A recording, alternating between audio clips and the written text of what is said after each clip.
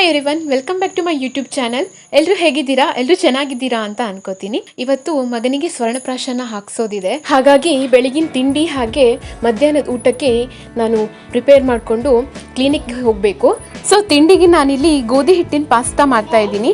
ಈ ಗೋಧಿ ಹಿಟ್ಟಿನ ಪಾಸ್ತಾ ನಿಮಗೆ ಫ್ಲಿಪ್ಕಾರ್ಟ್ನಲ್ಲಿ ಈಸಿಯಾಗಿ ಸಿಕ್ಕತ್ತೆ. ಇದರ ಲಿಂಕ್ ನಾನು ಕೆಳಗಡೆ ಡಿಸ್ಕ್ರಿಪ್ಷನಲ್ಲಿ ಹಾಕ್ತೀನಿ, ಚೆಕ್ ಮಾಡಿ. ಈ ಗೋಧಿ ಹಿಟ್ಟಿನ ಪಾಸ್ತಾನ ತುಂಬ ಬೇಗ ಮಾಡ್ಕೊಳ್ಬಹುದು. ಒಂದು ಪಾತ್ರೆಗೆ 2 ಗ್ಲಾಸಷ್ಟು ನೀರು ಹಾಕಿ ಅದಕ್ಕೆ ಸ್ವಲ್ಪ ಉಪ್ಪು ಮತ್ತು ಸ್ವಲ್ಪ ಎಣ್ಣೆ ಹಾಕಬೇಕು. 1 ಕಪ್ ಪಾಸ್ತಾನ ನಾನಿಲ್ಲಿ ಹಾಕ್ತಾ ಇದ್ದೀನಿ. ಹಾಗೆ ಸ್ವಲ್ಪ ಇದನ್ನು ಕಲಿಸ್ಬೇಕು, ಇಲ್ಲಾಂತಂದರೆ ಒಂದೇ ಸರಿ ತಳ ಹಿಡ್ಕೊಂಡ್ಬಿಡುತ್ತೆ. ನಾನಿಲ್ಲಿ 1 ಈರುಳ್ಳಿ, 1 ಕ್ಯಾರೆಟ್ ಹಾಗೆ 1 ಕ್ಯಾಪ್ಸಿಕಮ್ ಯೂಸ್ ಮಾಡ್ತಾ ಇದ್ದೀನಿ. ಹಾಗೆ ಸ್ವಲ್ಪ ಬೆಂದ ಮೇಲೆ ಇದನ್ನು ಸ್ವಲ್ಪ ಸೋಸ್ಕೊಂಡು ಹಾಗೆ ಅದ್ರ ಮೇಲೆ ಸ್ವಲ್ಪ ತಣ್ಣೀರನ್ನ ಹಾಕಬೇಕು, ಇಲ್ಲ ಅಂತಂದರೆ ಒಂದಕ್ಕೊಂದು ಅಂಟ್ಕೊಳ್ಳುತ್ತೆ. ಹಾಗೆ ಒಗ್ಗರಣೆಗೆ ಇಲ್ಲಿ 1-2 ಸ್ಪೂನಷ್ಟು ಎಣ್ಣೆನ ಹಾಕ್ಕೊಂಡು ಅದಕ್ಕೆ ಫಸ್ಟು ಈರುಳ್ಳಿ, ನಂತರ ಕ್ಯಾರೆಟ್ ಹಾಗೆ ಕ್ಯಾಪ್ಸಿಕಮ್ಮನ್ನು ಹಾಕ್ಕೊಂಡು ಚೆನ್ನಾಗಿ ಫ್ರೈ ಮಾಡ್ಕೊಳ್ಬೇಕು. ರುಚಿಗೆ ತಕ್ಕಷ್ಟು ಉಪ್ಪನ್ನು ಹಾಕಬೇಕು. ನಂತರ 1 ಸ್ಪೂನಷ್ಟು ಟೊಮೆಟೊ ಕೆಚಪ್ನ ನಾನಿಲ್ಲಿ ಯೂಸ್ ಮಾಡ್ತಾ ಇದ್ದೀನಿ. ಹಾಗೆ 1 ನಿಮಿಷ ಇದನ್ನು ಬಿಡಬೇಕು. ನಂತರ ಬೇಯಿಸ್ಕೊಂಡಿದ್ದಂತಹ ಪಾಸ್ತಾನ ಇಲ್ಲಿ ನಾನು ಹಾಕ್ತಾ ಇದ್ದೀನಿ. ಸೊ ಇದನ್ನು ಚೆನ್ನಾಗಿ ಕಲಿಸ್ಕೊಳ್ಬೇಕು. ನಾನು ನನ್ನ ಮಗನಿಗೋಸ್ಕರ ಮಾಡ್ತಾ ಇರೋದ್ರಿಂದ ಇಲ್ಲಿ ಸೋಯಾ ಸಾಸ್ ಆಗಲಿ ಸೀಸನಿಂಗ್ ಪೌಡರ್ ಆಗಲಿ ಯೂಸ್ ಮಾಡ್ತಾ ಇಲ್ಲ. ಹಾಗೆ ಅವನಿಗೆ ಪ್ರೋಟೀನ್ ಪೌಡರು ಮತ್ತು ಹಾಲನ್ನು ಮಿಕ್ಸ್ ಮಾಡಿಕೊಂಡು ಕೊಡ್ತೀನಿ. ಇದರಿಂದ ವೇಟ್ ಕೂಡ ಗೇನ್ ಆಗುತ್ತೆ. ಹಾಗೆ ಇವರು ತುಂಬ ಆ್ಯಕ್ಟಿವ್ ಆಗಿ ಇರ್ತಾರೆ. ಹಾಗೆ ಬೋನ್ ಕೂಡ ಸ್ಟ್ರಾಂಗ್ ಆಗುತ್ತೆ. ನಂತರ ಅವನಿಗೆ ತಿಂಡಿ ಎಲ್ಲ ತಿನ್ನಿಸ್ಕೊಂಡು ಸ್ವಲ್ಪ ಪಾತ್ರೆಗಳಿತ್ತು, ಅವನ್ನೆಲ್ಲ ನಾನಿಲ್ಲಿ ವಾಶ್ ಮಾಡ್ಕೊಳ್ತಾ ಇದ್ದೆ. ಹಾಗೆ ಸ್ವಲ್ಪ ದಿನಸಿ ಸಾಮಾನು ಕೂಡ ತರಿಸ್ಕೊಂಡಿದ್ದೆ, ಅದನ್ನೆಲ್ಲ ಬಾಟಲ್ಗೆ ಇಲ್ಲಿ ಫಿಲ್ ಮಾಡ್ತಾ ಇದ್ದೀನಿ.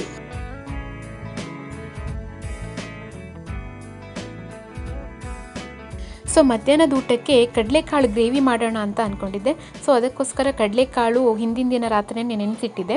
ಅದಕ್ಕೆ 2 ಆಲೂಗಡ್ಡೆನ ಸಿಪ್ಪೆ ತೆಗೆದು ಕಟ್ ಮಾಡ್ಕೊಂಡಿದ್ದೀನಿ. ಹಾಗೆ 1 ಈರುಳ್ಳಿ ಹಾಗೆ 1 ದೊಡ್ಡ ಟೊಮೆಟೊನ ಕಟ್ ಮಾಡ್ಕೊಂಡು ಇಟ್ಕೊಂಡಿದ್ದೀನಿ.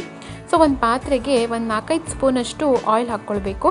ಹಾಗೆ ಒಗ್ಗರಣೆಗೆ ಸಾಸಿವೆ, ಜೀರಿಗೆ, ಸ್ವಲ್ಪ ಕರಿಬೇವು ಹಾಕ್ತಾ ಇದ್ದೀನಿ. ಹಾಗೆ ಕಟ್ ಮಾಡ್ಕೊಂಡಂತಹ ಈರುಳ್ಳಿನ ಹಾಕ್ಕೊಳ್ತಾ ಇದ್ದೀನಿ.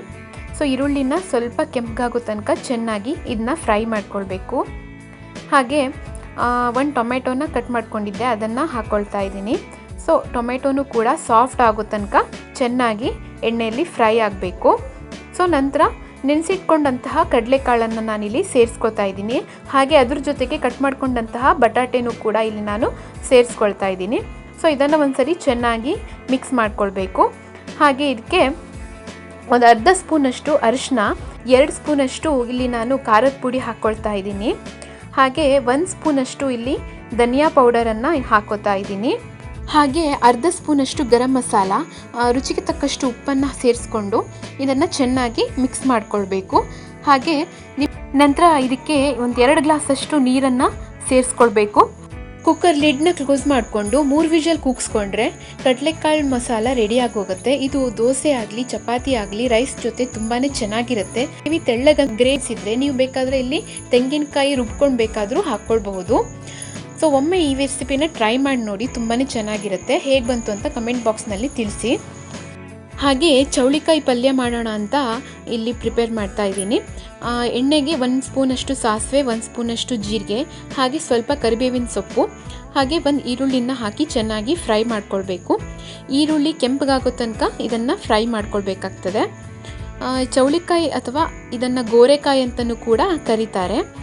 ನೀವೇನಂತ ಹೇಳ್ತೀರಾ ಅಂತ ಕಮೆಂಟ್ ಬಾಕ್ಸ್ನಲ್ಲಿ ತಿಳಿಸಿ.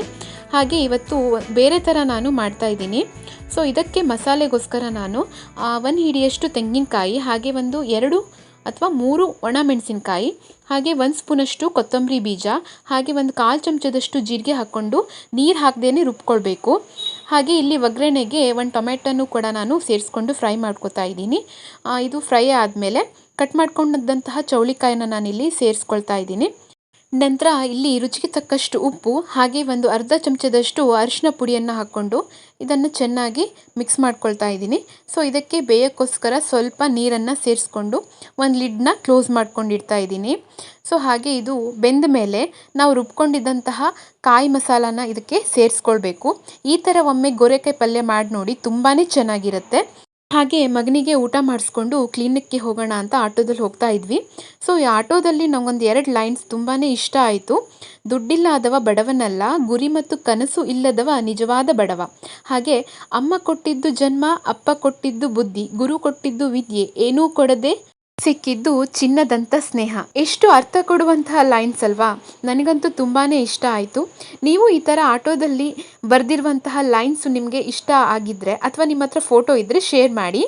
ಹಾಗೆ ನಾವು ಕ್ಲಿನಿಕ್ಗೆ ಬಂದು ರೀಚ್ ಆದ್ವಿ. ನಂತರ ನನ್ನ ಮಗನಿಗೆ ಸ್ವರ್ಣಪ್ರಾಶನ ಹಾಕಿಸ್ಕೊಂಡು ಮನೆಗೆ ಬಂದ್ವಿ. ಈ ಸ್ವರ್ಣಬಿಂದು ಪ್ರಾಶನದ ಬಗ್ಗೆ ಕೆಲವರಿಗೆ ಮಾತ್ರ ಗೊತ್ತಿದೆ, ಇನ್ನು ಹಲವಾರು ಜನರಿಗೆ ಇದ್ರ ಬಗ್ಗೆ ಗೊತ್ತಿಲ್ಲ.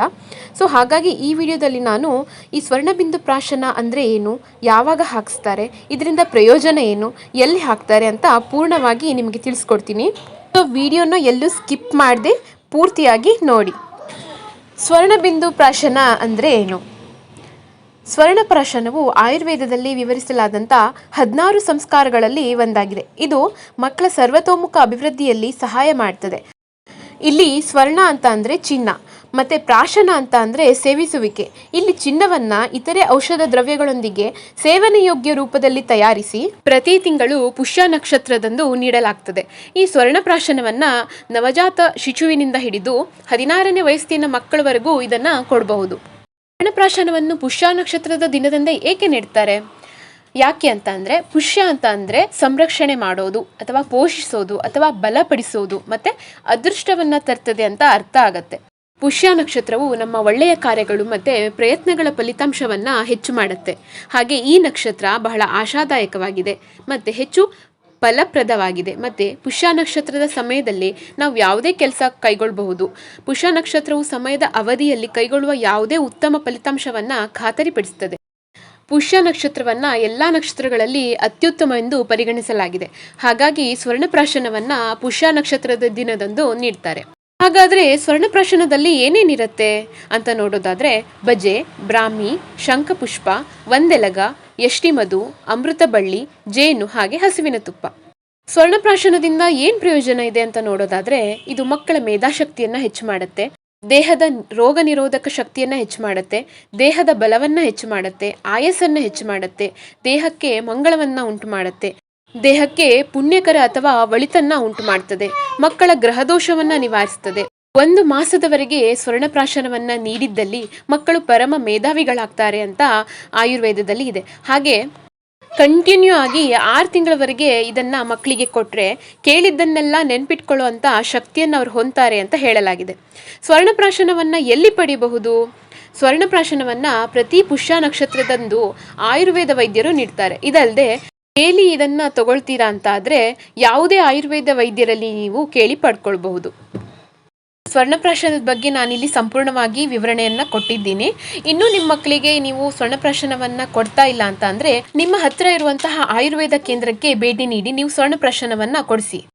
ಈ ವಿಡಿಯೋ ನಿಮಗೆ ಇಷ್ಟ ಆಯಿತು ಅಂತ ಅಂದರೆ ಲೈಕ್ ಮಾಡೋದನ್ನು ಮರಿಬೇಡಿ. ಹಾಗೆ ನಿಮ್ಮ ಅನಿಸಿಕೆಯನ್ನು ಕಮೆಂಟ್ ಬಾಕ್ಸ್ನಲ್ಲಿ ತಿಳಿಸಿ. ನನ್ನ ಚಾನಲ್ನ ಇನ್ನೂ ಯಾರೂ ಸಬ್ಸ್ಕ್ರೈಬ್ ಮಾಡ್ಕೊಂಡಿಲ್ಲ, ಪ್ಲೀಸ್ ಸಬ್ಸ್ಕ್ರೈಬ್ ಮಾಡಿಕೊಂಡು ನೋಡಿ. ತುಂಬ ಜನ ಸಬ್ಸ್ಕ್ರೈಬ್ ಮಾಡದೆ ನೋಡ್ತಾ ಇದ್ದೀರಾ, ಪ್ಲೀಸ್ ಸಬ್ಸ್ಕ್ರೈಬ್ ಮಾಡಿಕೊಂಡು ನೋಡಿ. Thank you for watching and keep supporting.